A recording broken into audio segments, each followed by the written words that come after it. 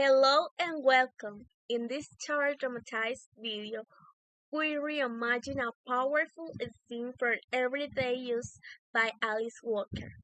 Our group chose to explore the moment when Dee, now calling herself One Girl, visits her mother and sister Maggie and demands the handmade quilts as a symbol of her heritage. But what happens when heritage is lived rather than displayed? We decided to tell this story from Maggie's perspective, the quiet voice, often overlooked, yet deeply connected to her family's traditions. Through a monologue and testimonial format, we reflect on identity, silence, memory, and who gets to speak. This scene challenges us to think about the true meaning of cultural legacy.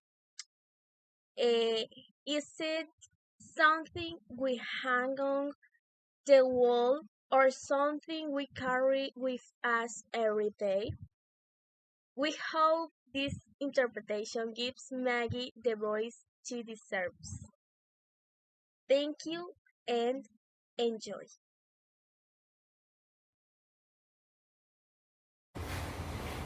My name is Maggie.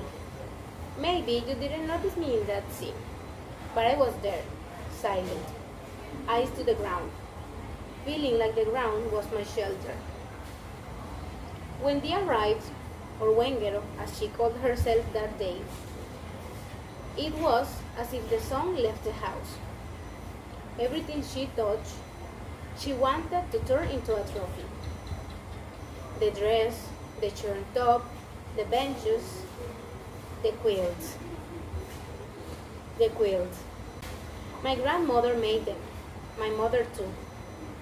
Each stitch held time, pain, love. I learned to sew just by watching, sitting quietly. But that silence wasn't empty. It held history, it held memory.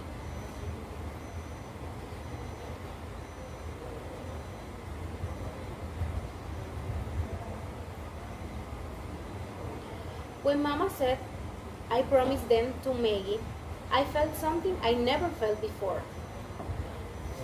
Not pride, not revenge, but belonging.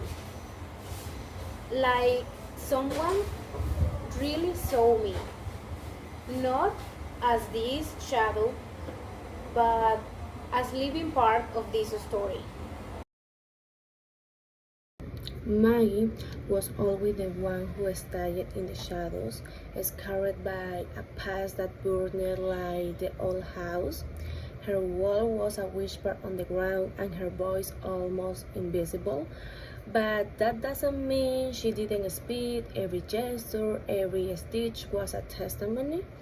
The search for identifying foreign words in names that sounded important. Maggie, on the other hand, inherited stories through her hands, in the object she used, no displays, in the life she tends, no.